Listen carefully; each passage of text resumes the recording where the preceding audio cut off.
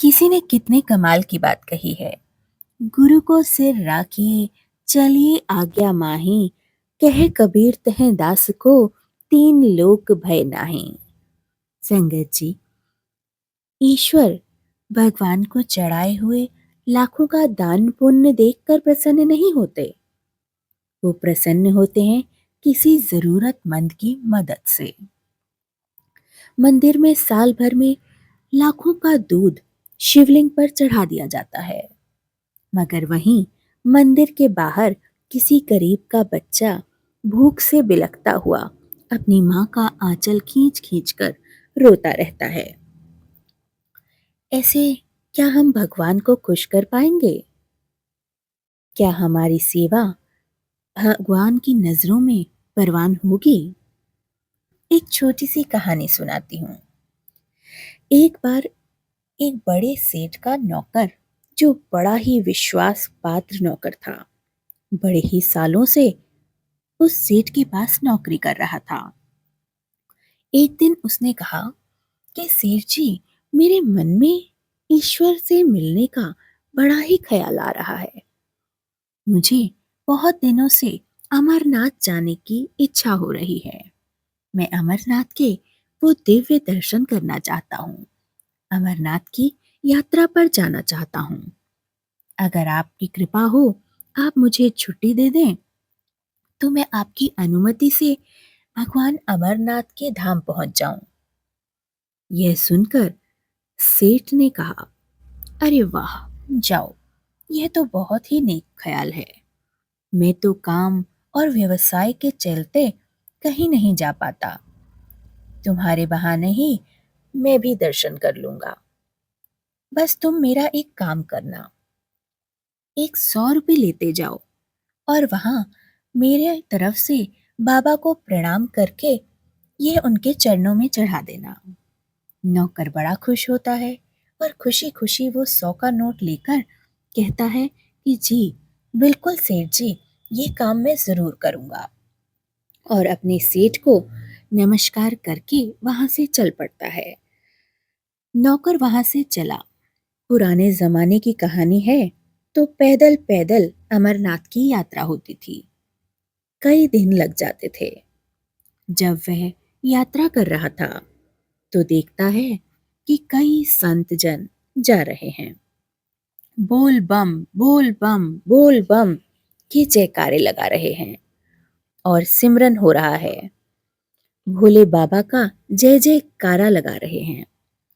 इतने में उसने देखा कि कुछ संत जन संकीर्तन करते करते बहुत ही थक चुके हैं। उनके चेहरे से मालूम पड़ रहा था कि उन्होंने काफी दिनों से कुछ नहीं खाया, बहुत भूखे लग रहे थे। तो उस नौकर को लगा कि मेरे पास सेठ जी के दिए हुए रुपए हैं।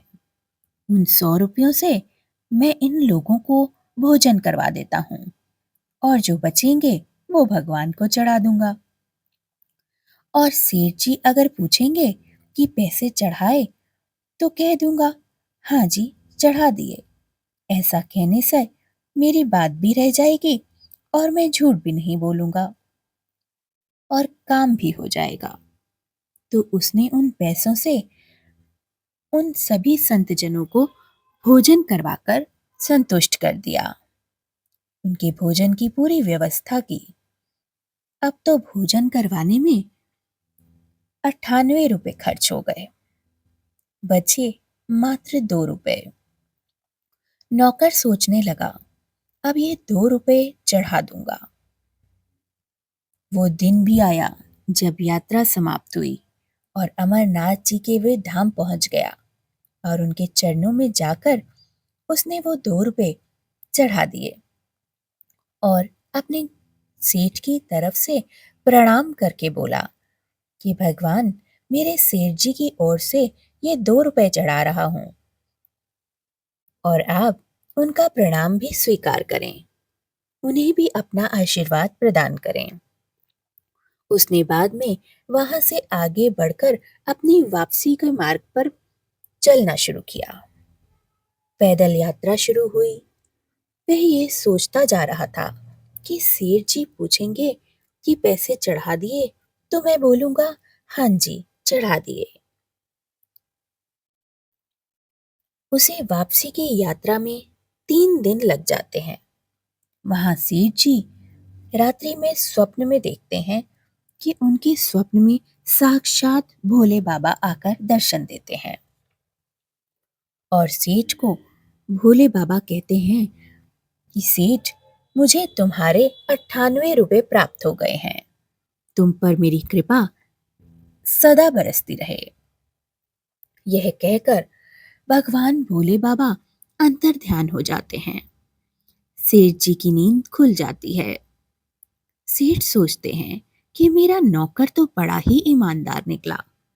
उसने मेरे 98 रुपए अमरनाथ धाम में चढ़ा दिए और इसी वजह से आज मुझे महाशिव स्वप्न में आए और उनके साक्षात दर्शन हुए।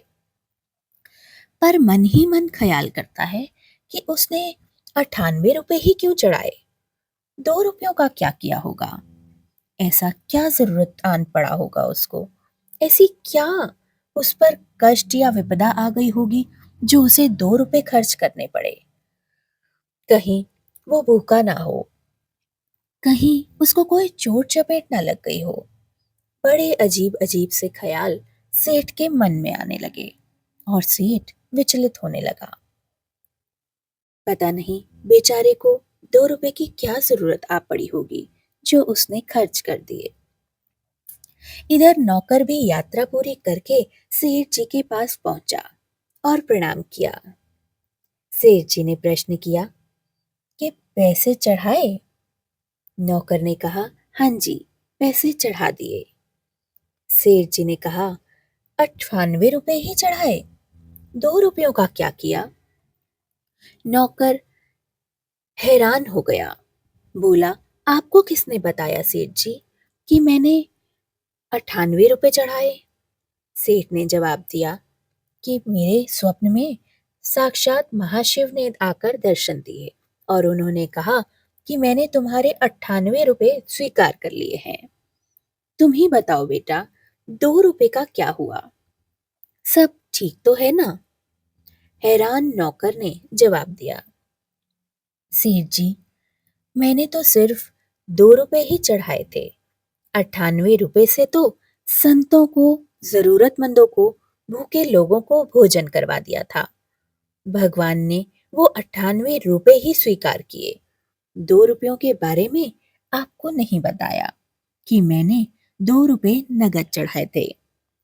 सेठ ने कहा तुम्हारे बहाने शिवजी ने मुझे दर्शन दिए और मैं कृतार्थ हो गया और मुझे यह भी सिखाया कि भगवान चढ़ावे से नहीं जरूरतमंदों की मदद से प्रसन्न होते हैं। हमारे गुरु जी के मंदिर में भी हम भिखारियों की तरह जाना चाहिए। कोई धूप, अगरबत्ती, पुष्प चढ़ावे, वहां गुरु जी को कुछ भी नहीं चाहिए।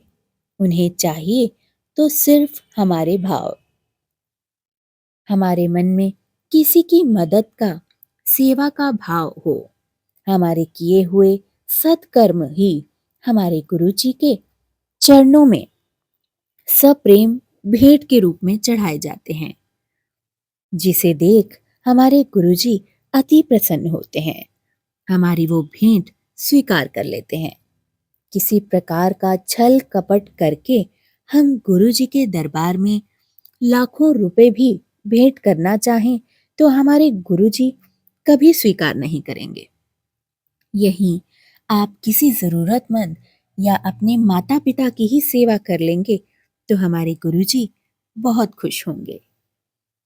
घर में बुजुर्ग माता पिता को कष्ट या दुख देकर अगर हम मंदिरों में चढ़ावे चढ़ाने लगे या बड़े बड़े लंगर भंडारे लगाने लगे तो ये सेवा बेकार है संगत जी।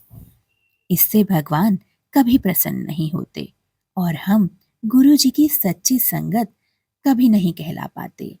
इसलिए सदकर्म करें, जरूरतमंदों की मदद करें, तभी हम गुरु जी की सच्ची संगत कहलाएंगे और तभी गुरुजी मुस्कुराकर पुकार उठेंगे, जा ऐश कर कल्याण किता। जय गुरु जी। शुक्राना गुरु जी।